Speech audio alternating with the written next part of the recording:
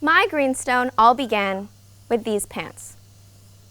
I will admit I have always loved shopping for clothes, so a few years ago when I found these pants online, I immediately began thinking about how I was going to convince one of my parents to buy them for me. Until I saw the price. And knew there was no way they would even consider it. I could already hear my mom saying, "Tallula, you're a 15-year-old girl. I'm not buying you $300 pants." These pants are made by Stoned Immaculate. They're a small brand that makes vintage-inspired clothes in Los Angeles, California. Along with being eco-conscious, they prioritize making small batch and ethically made garments. Doesn't everyone want to buy clothes that are super cute and ethically made? It's a win-win situation, and everyone wants to feel good about what they are buying. This is where my journey truly took off, as I look further into the human desire to feel good about our actions and the things we consume. Now keep that in mind, and let's talk about sustainability. I grew up in Santa Cruz, California, a fairly progressive and earth-loving beach town. My family shopped at farmers markets, we used reusable water bottles and containers, we composted and even grew our own vegetables. This upbringing gave me a drive to support good causes and taught me the importance of buying responsibly. But despite all this, we all knew it took much more to live a truly sustainable life. But what exactly is this sustainable lifestyle we all talk about? Does it mean eating vegetarian, wearing consciously made clothes, driving an electric vehicle, recycling, reducing plastic use, or even attending green school? The Cambridge Dictionary defines sustainability as the quality of being able to continue over a period of time. A sustainable journalism site called You Matter gives a collective societal definition as the processes and actions through which humankind avoids the depletion of natural resources, which is influenced by the way societies are organized, to keep an ecological balance so that society's quality of life doesn't decrease. Most simply, it's the capacity to endure. It's the ultimate global goal, but how do we reach that goal? Alan Atkinson, a well-versed sustainable leader, created the popular COMPASS model, which defines the 4 key variables of true sustainability as nature, well-being, society, and economy. Through this lens, we start to see the many dimensions of approaching this phenomenon. I am privileged enough to be able to afford a semi-sustainable life. But those pants made me reflect on this way of life, and as I started to see the bigger picture, I began to realize that modern sustainability is not what I believed it to be. Similar to Stoned Immaculate, more and more niche, sustainable brands are popping up in the global fashion industry, such as Reframing, Selva Negra, and Kowtow. They support a good cause and may use ethical work systems, but their clothing tends to be drastically unaffordable to the majority of our population. These predominantly high price points demand questioning. Is sustainability becoming a trend and simply being used as a beneficial marketing strategy by the societal structures that it's aimed to change? I then stumbled across a few articles by Forbes magazine and the Harvard Business Review, which analyzed and discussed the profitability of sustainability. This glaring contradiction is where I stopped asking questions. Our modern concept of sustainability is inadequate and short-sighted. Following this misguided marketing trend, globally renowned companies are starting to rebrand using this new trend of the sustainability ethos and reaping the financial benefits of the movement. As an example, Levi's created their brand Redone, which refurbishes vintage jeans in the USA. By recycling old denim, reducing water consumption, and not using harmful chemicals, Redone is proudly part of the sustainable fashion movement. But again, their prices fall between $175 and $495, making them unaffordable to the majority and further pushing sustainability into a marketable luxury lifestyle. And this rebranding does not necessarily lead to a sustainable revolution within the company. Many are still using their usual lines of production, overproducing their now sustainable product, and using a new array of harmful chemicals. In human psychology, this phenomenon is called compensation. In order to connect to their buyers, companies are simply telling them what they want to hear, and sometimes adopting a couple sustainable concepts to compensate for their many poor practices. Because remember what I said earlier, we all want to feel good about what we are buying.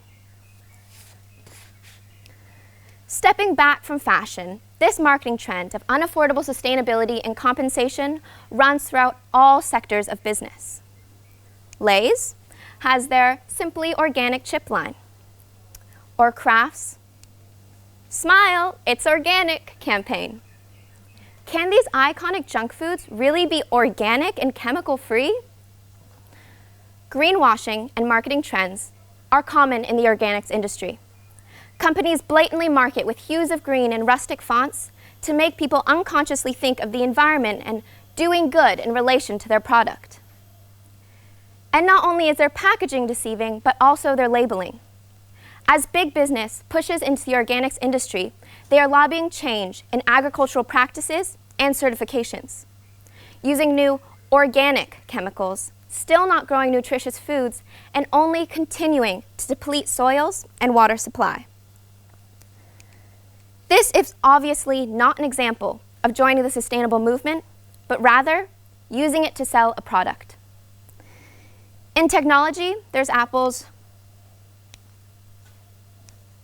With the Environment in Mind campaign that features their electronic recycling program and efforts to be sustainable, like calculating their carbon footprint and using recycled aluminum. Nevertheless, Apple was just sued for $500 million for installing noxious viruses through updates onto old iProducts, forcing consumers to buy new devices by undermining the performance of their current ones. Despite their advertising, corporations in their current profit model are not producing sustainable products and are not helping to produce a sustainable culture. They are continuing to deplete Earth's resources for short-term profit and covering up their unhealthy production processes with a disjointed sustainable practice and a matching advertising campaign targeted towards a small part of our population with the financial means to afford it. This is not progressing towards a global goal and is certainly not acceptable. Sustainability is not a trend to be profited from. It's a balancing of money and power so that all can continue happy and healthy over a long period of time. Sustainable compensation will not save our planet. It's time big businesses recalibrate their financial markets so that truly sustainable products can be normalized and everyone can afford them. Because inequality is not sustainable. America is infamous for its obese population, but did you know that many of the obese and overweight citizens live in suburban and low-income areas where they have to travel up to 4 hours in some cases just to access a grocery store that offers any fresh food? How can we expect the majority of the country to support local farmers and buy organic when fresh vegetables aren't even available in town? And the price of these quality foods would consume the majority of their paycheck. Similarly, how can we expect our population to support sustainable brands and fight fast fashion when the price would cost an unreasonable percentage of their monthly wages? We are living in a modern disconnect. A disconnect between classes, a disconnect between privilege, and even a disconnect between the idea of choice and the actual ability to choose. The more I read, researched, and talked about the apparent privilege of sustainability in our society, the more I was outraged. How could I have been so blindsided by this modern falsification? And how can we launch on this sustainable movement while leaving so many people behind?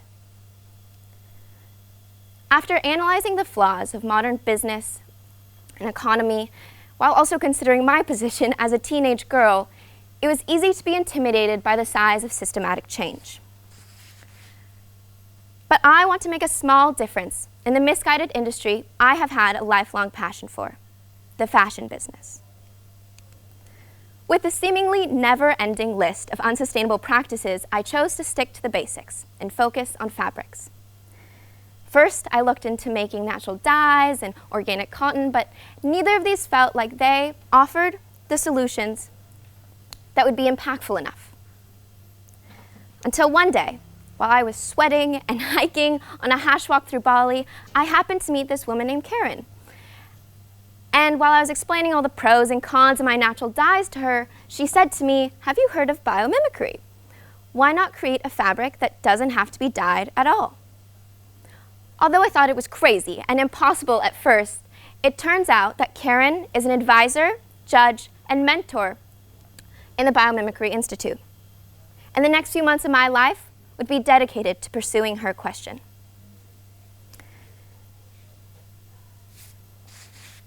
Defined by the Biomimicry Institute, biomimicry is a practice that learns from and mimics the strategies found in nature to solve human design challenges and find hope along the way. And biomimicry gave me just that, by representing the exact comprehensive approach I was looking for.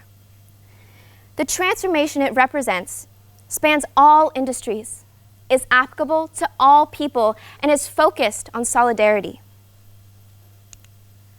Biomimicry is about valuing nature for what we can learn, not what we can extract, harvest, or domesticate like so many companies are doing today. This system gave me hope that one day we can achieve a sustainable transformation. These are the 10 principles of nature, which are an amalgamation of some of nature's most common patterns and principles. To me, they seem like the guidelines to the perfect society we're looking for. Without marketing incentive, nature recycles and leaves zero waste. Creates without force and toxic substances, keeps it local, and only uses safe and renewable resources. Nature also optimizes, not only by making just what it needs, but by embracing the potential of diversity.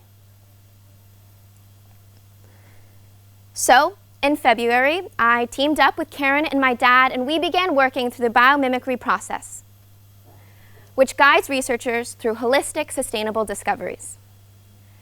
We started with our primary intentions to create a colorful fabric that fit the market and was affordable to all, using life-friendly chemistry and sustainable processes. Since then, we've studied the likes of chameleons, birds, butterflies, beetles, bees, and spiders, learning how they've mastered color and made their beautiful patterns. When looking through nature, sustainable practices have endless potential for amazing innovation, like a fabric that's antibacterial, waterproof, and self-colored. I would have never imagined I could create such a thing. Now we are here, and focusing on consolidating, finding patterns, and deep diving into the micromechanisms.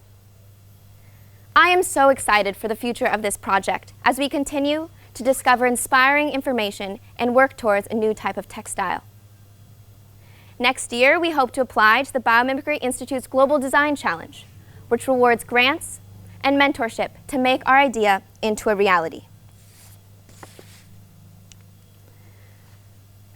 Although I am not finished with this project, there is so much it has already taught me about myself.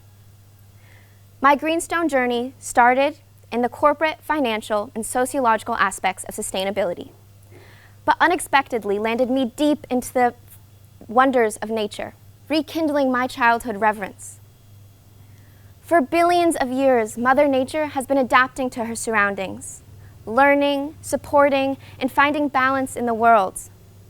If she isn't the master at regeneration and endurance, I don't know what is. To me, sustainability has come to mean replicating nature, which includes caring for the environment, living with integrity, and prioritizing equality. We are too often told and sold the meaning of sustainability without even noticing.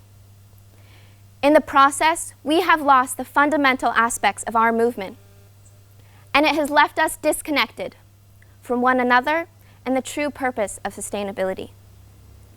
Disillusioned by incomplete versions of a sustainable culture, and still searching for a transformation of values from short-term profit to a future of health and universal prosperity.